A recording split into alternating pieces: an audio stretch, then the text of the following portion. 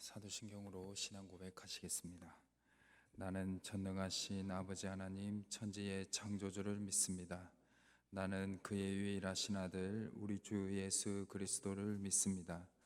그는 성령으로 잉태되어 동정녀 마리아에게서 나시고 본디오 빌라도에게 고난을 받아 십자가에 못 박혀 죽으시고 장사된 지 사흘 만에 죽은 자 가운데서 다시 살아나셨으며 하늘에 오르시어 전능하신 아버지 하나님 우편에 앉아 계시다가 거기로부터 살아있는 자와 죽은 자를 심판하러 오십니다.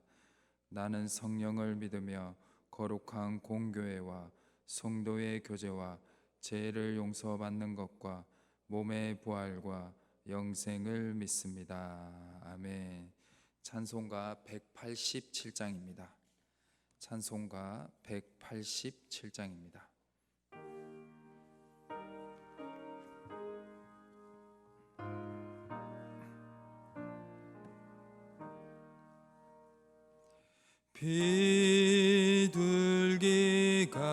비둘기같이 온유한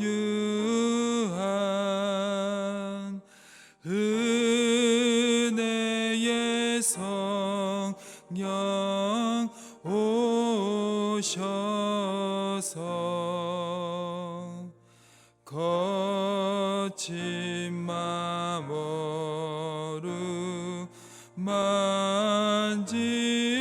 만지삼 위로와 평화 주소서. 진리의 빛을 비추사 주의 길 바로 걸으며 주님을 옆에 모시고 경건히 살게 하소서. 주님과 동행하면서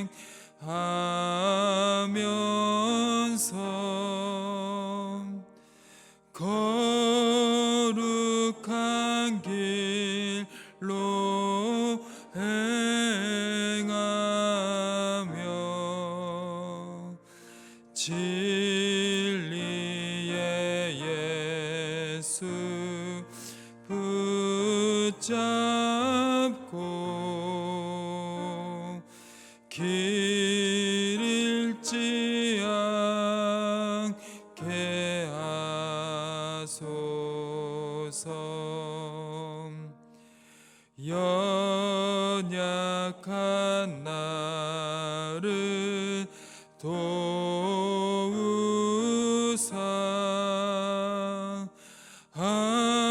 하나님 나라 이르러 주님의 품에 안기는 영원한 안식 주소서.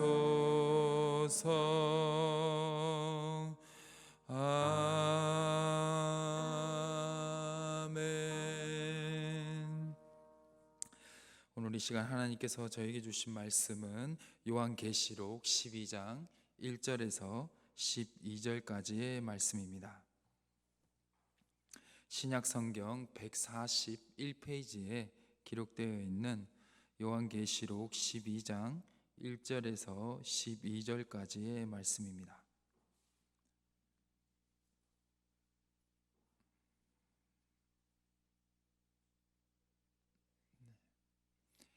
네, 요한계시록 12장 1절에서 12절 말씀을 교독하도록 하겠습니다. 제가 먼저 읽겠습니다. 하늘에 큰 이적이 보이니 해를 옷 입은 한 여자가 있는데 그 발 아래에는 달이 있고 그 머리에는 12별의 관을 섰더라. 그 여자가 아이를 베어 해산하게 되매 아파서 애를 쓰며 부르짖더라. 하늘에 또 다른 이적이 보이니 보라, 한 큰 붉은 용이 있어 머리가 7이요 뿔이 10이라. 그 여러 머리에 7 왕관이 있는데 그 꼬리가 하늘의 별 3분의 1을 끌어다가 땅에 던지더라. 용이 해산하려는 여자 앞에서 그 해산하면 그 아이를 삼키고자 하더니 여자가 아들을 낳으니 이는 장차 철장으로 만국을 다스릴 남자라. 그 아이를 하나님 앞과 그 보좌 앞으로 올려가더라. 그 여자가 광야로 도망하매 거기서 1260일 동안 그를 양육하기 위하여 하나님께서 예비하신 곳이 있더라. 하늘에 전쟁이 있으니 미가엘과 그의 사자들이 용과 더불어 싸울세 용과 그의 사자들도 싸우나 이기지 못하여 다시 하늘에서 그들이 있을 곳을 얻지 못한지라. 큰 용이 내쫓기니 옛뱀 곧 마귀라 고도하고 사탄이라고도 하며 온 천하를 꿰는 자라. 그가 땅으로 내쫓기니 그의 사자들도 그와 함께 내쫓기니라. 내가 또 들으니 하늘에 큰 음성이 있어 이르되 이제 우리 하나님의 구원과 능력과 나라와 또 그의 그리스도의 권세가 나타났으니 그 형제들을 참소하던 자 곧 우리 하나님 앞에서 밤낮 참소하던 자가 쫓겨났고 또 우리 형제들이 어린 양의 피와 자기들이 증언하는 말씀으로써 그를 이겼으니 그들은 죽기까지 자기들의 생명을 아끼지 아니하였도다. 그러므로 하늘과 그 가운데에 거하는 자들은 즐거워하라. 그러나 땅과 바다는 화했을진저 이는 마귀가 자기의 때가 얼마 남지 않은 줄을 알므로 크게 분내어 너희에게 내려갔음이라 하더라. 아멘.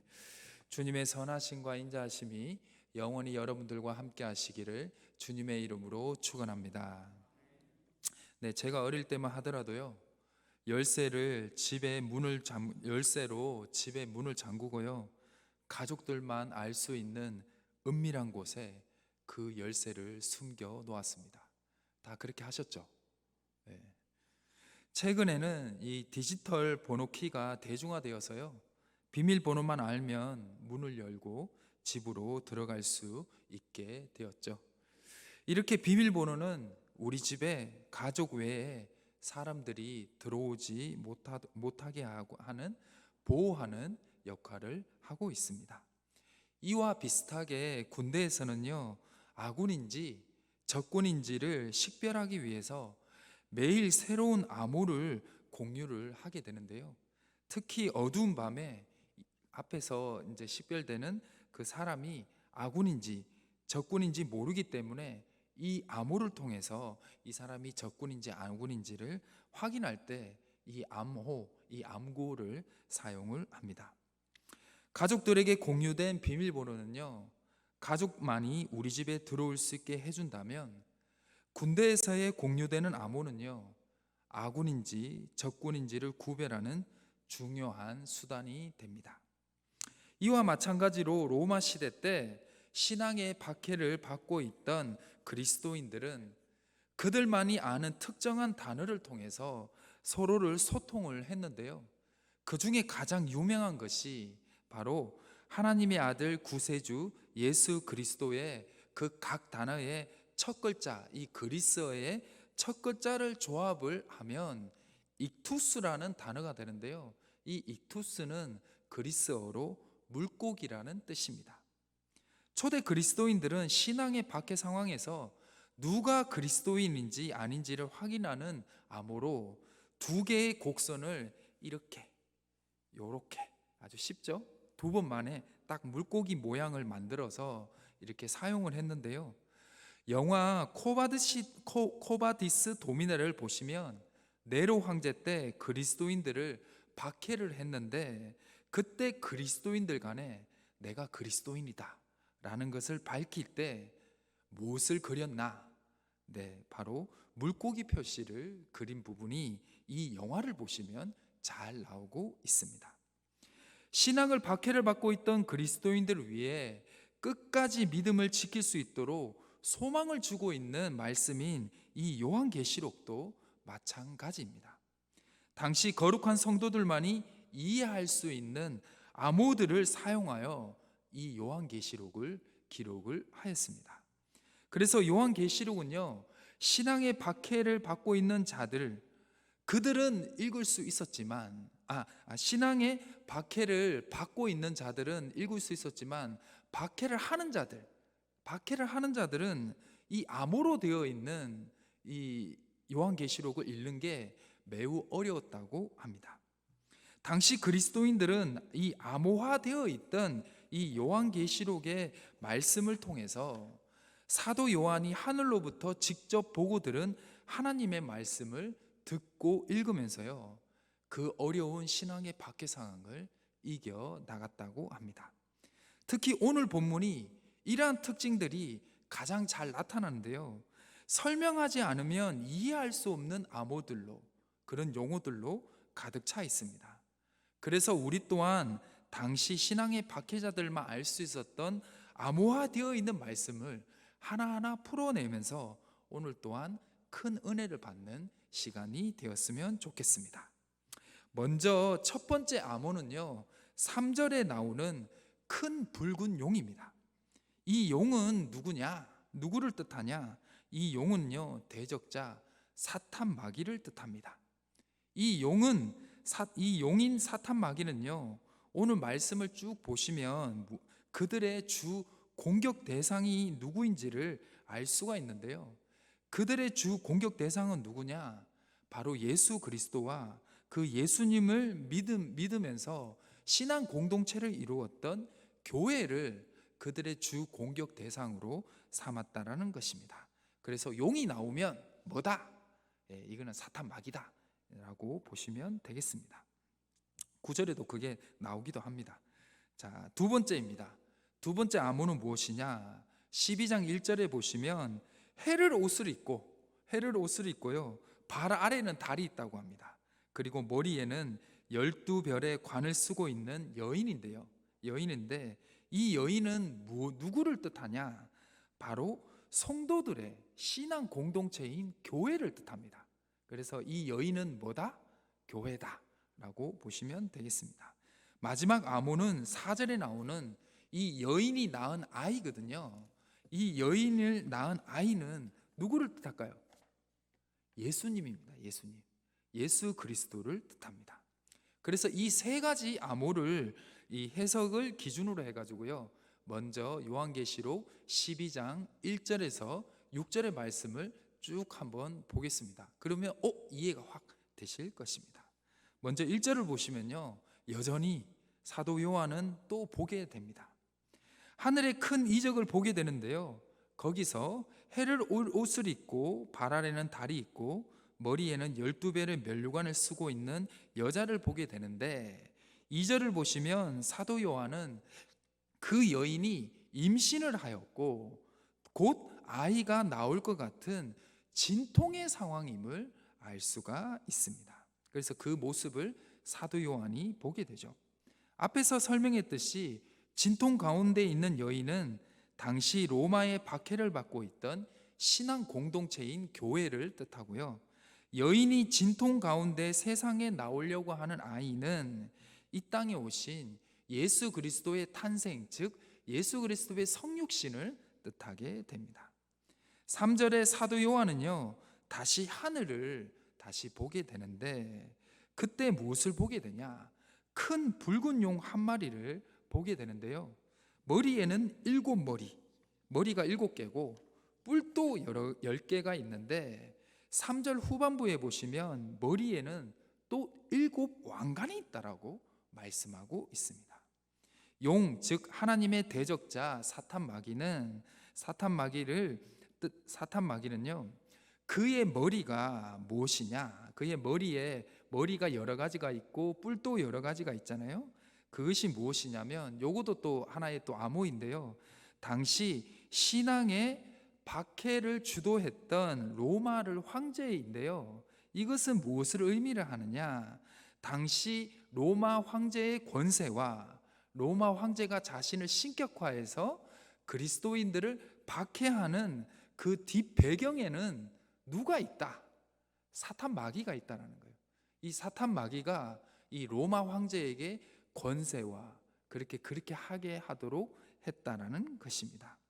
이 큰 용인 이 사탄 마귀가 자신의 머리와 뿔에 달린 이 황제들을 이용을 해서요, 여인으로 묘사된 신앙의 공동체인 교회를 박해를 했다라는 뜻입니다.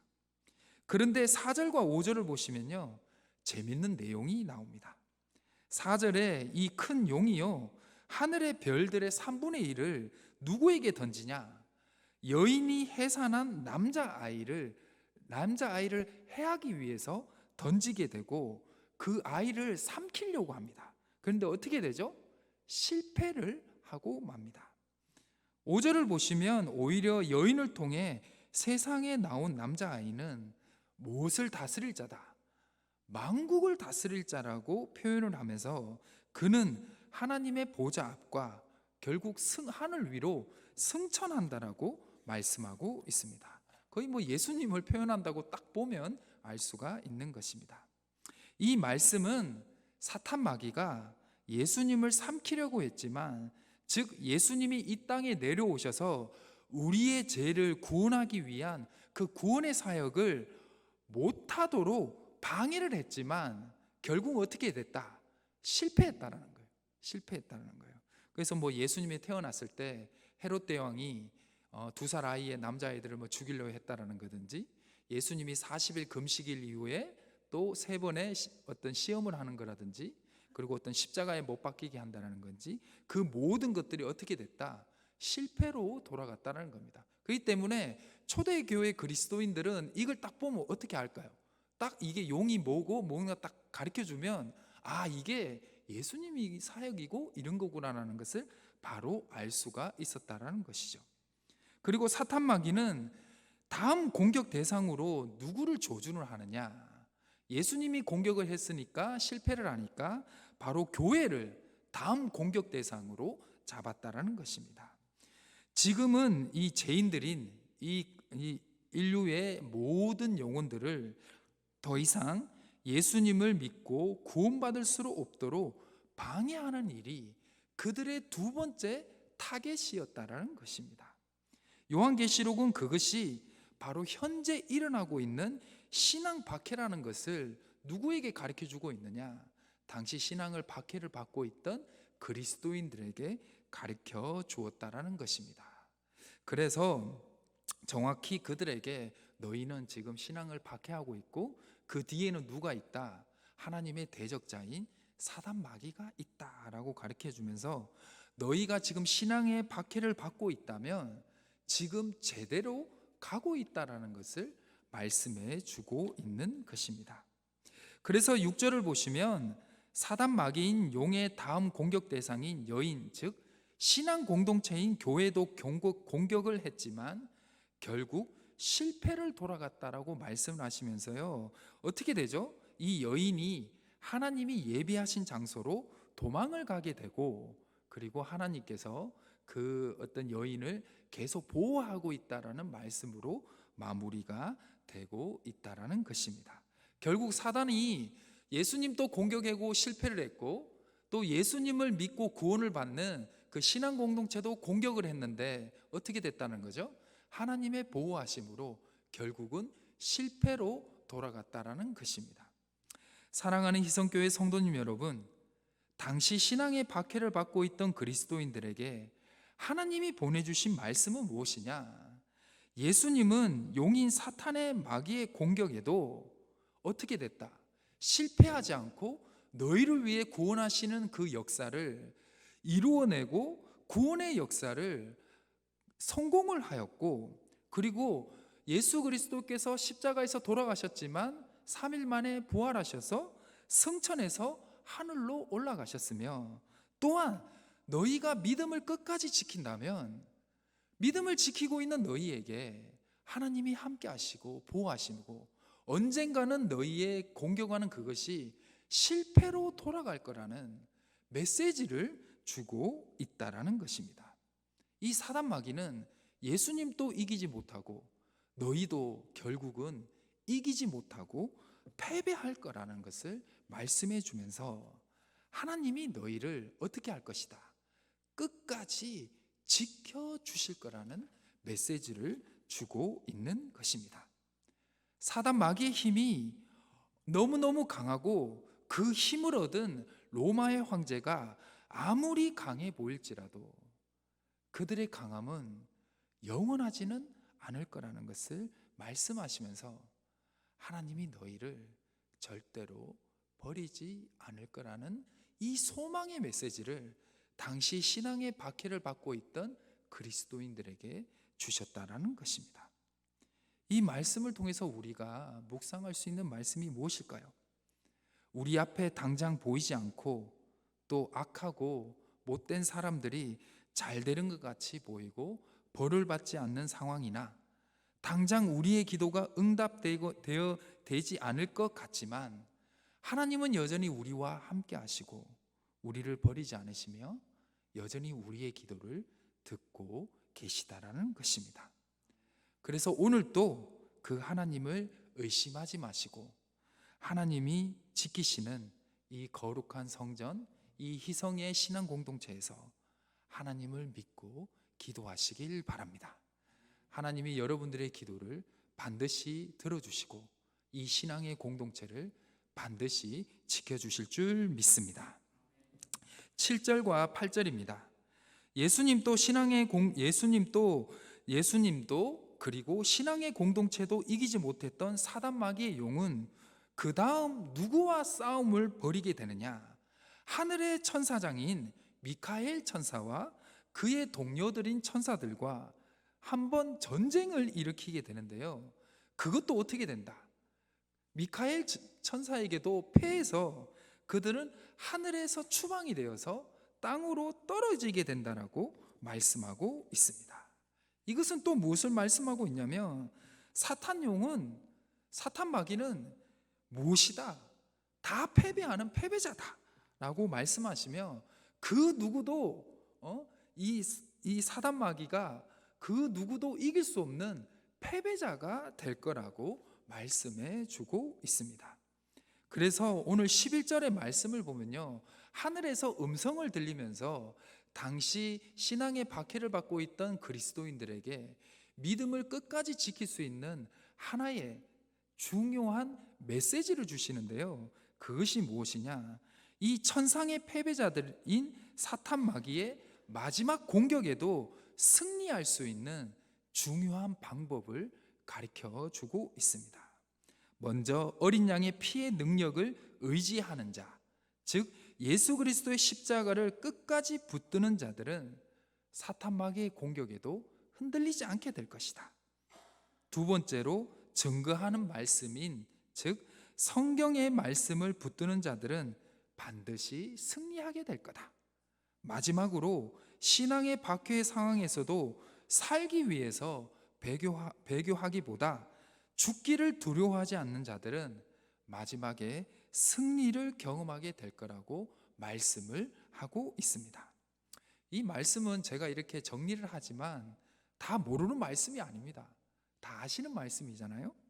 우리는 이렇게 사단 마귀의 공격과 이 세상에서 하나님의 뜻대로 살아가면서 승리할 수 있는 말씀을 우리는 어떻게 보면 미리 다 알고 있는 것입니다. 그런데 중요한 것은 그것을 실천하는 것이 어렵다라는 것이죠. 그러나 걱정하지 마십시오. 하나님이 여러분들을 버리지 않으시고 함께 하심을 믿으시기를 주님의 이름으로 축원합니다. 오늘 또 예수 그리스도의 십자가를 붙드십시오.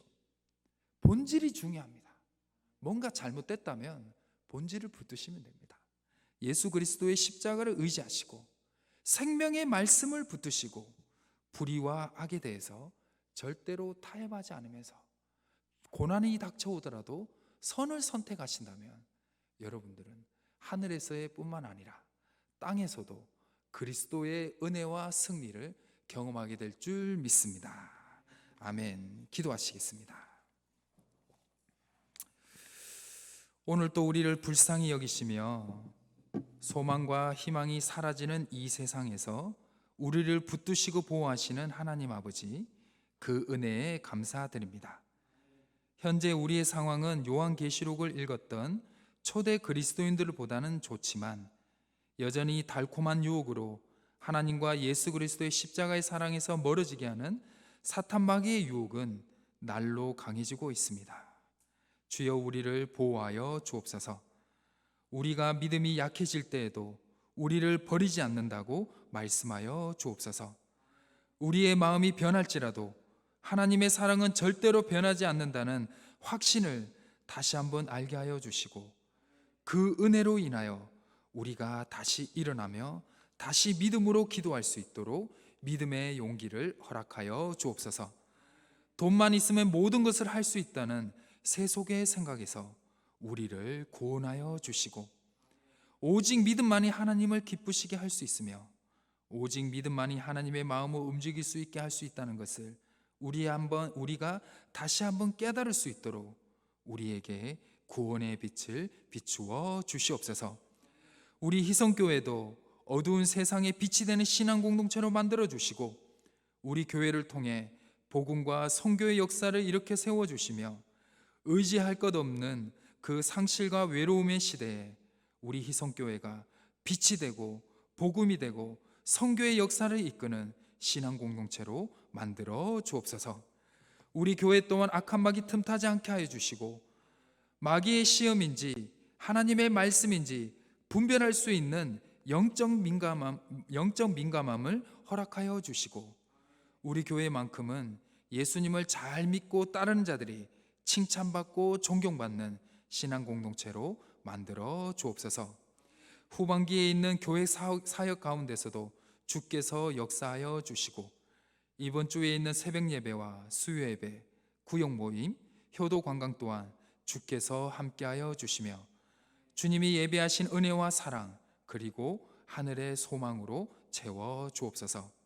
한 달 뒤에 있을 추수감사주일에 있을 찬양제회를 통해서 우리 교회의 분열의 영이 사라지고 연합의 역사를 허락하여 주시고, 찬양을 준비하고 연습하는 가운데 먼저 은혜 받게 하여 주옵소서.